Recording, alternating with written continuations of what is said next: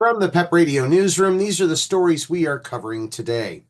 The two biggest wildfires ravaging the Los Angeles area have burned at least 10,000 homes, buildings, and other structures, officials said Thursday as they urged more people to heed evacuation orders after a new blaze ignited and quickly grew. The fast-moving Kenneth Fire started in the late afternoon in the San Fernando Valley, just 2 miles from a school, serving as a shelter for fire evacuees, and then moved into neighboring Ventura County by the evening. Only hours earlier, officials expressed encouragement after firefighters, aided by calmer winds and help from crews from outside the state, saw the first signs of successfully beating back the region's devastating wildfires that have killed 10 people so far. We are expecting this fire to rapidly spread due to high winds, Los Angeles Mayor Karen Bass said, echoing the forecast that called for winds to strengthen Thursday evening through Friday morning.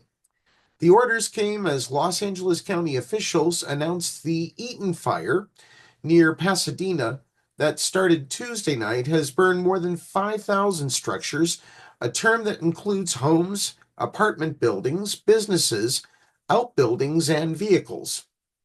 To the west, in Pacific Palisades, the largest of the fires burning in the LA area has destroyed over 5,300 structures.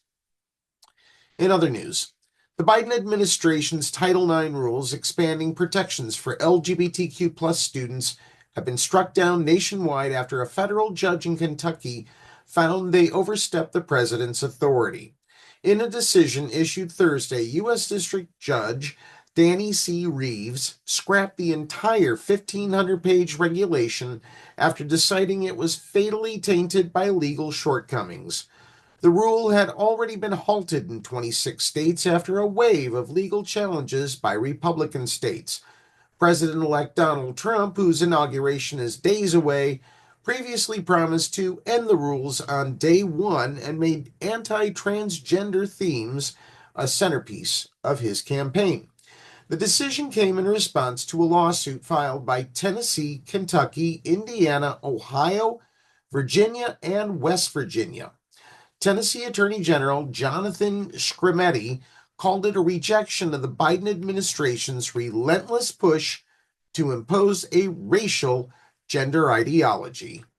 Because the Biden rule is vacated altogether, President Trump will be free to take a fresh look at our Title IX regulations when he returns to office, Skrmetti said in a statement. And finally, from the Philadelphia Gay News, they are reporting that in 2022, a research study by YouGov America found that the average of respondents believed that transgender people made up 21% of the U.S. population, roughly 70 million people. In that same year, a Pew Research study reported that 38% of adults believed society had gone too far in transgender acceptance, and 23% believe society has been about right in terms of acceptance. In reality, as of 2024, Gallup reports that 0.9% of the U.S. population identifies as transgender, and 11.8% of the overall LGBTQ plus community does as well. That's roughly 2 million people. This is a stark contrast with many people's estimations and pre-existing conditions, pre-existing notions, of a community that has faced scrutiny in the past several years. The shift in attention to people who identify as transgender has opened dialogues and debates over what constitutes gender identity and sex assignment. In the previously mentioned Pew Research report, it was also shown that from 2017 to 2022, the number of respondents who believe that gender is solely determined by sex assigned at birth rose from 54% to 60%. While this statistic doesn't necessarily account for all of the U.S. population, it showcases a rising opposition to a community of people that remain marginalized. Online harassment is nothing new.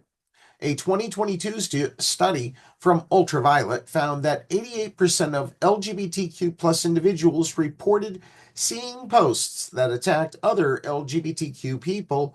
52% of LGBTQ plus respondents had been previously personally attacked for their sexual orientation and 31% for their gender identity. If you would like to learn more about these stories or any of the other stories we cover, go to the PEP radio page on the Pennsylvania Equality Project's website, paequality.com. Be sure to download the Live 365 app so you can take PEP radio with you wherever you go. That's the news at this hour. Now back to more music on PEP Radio.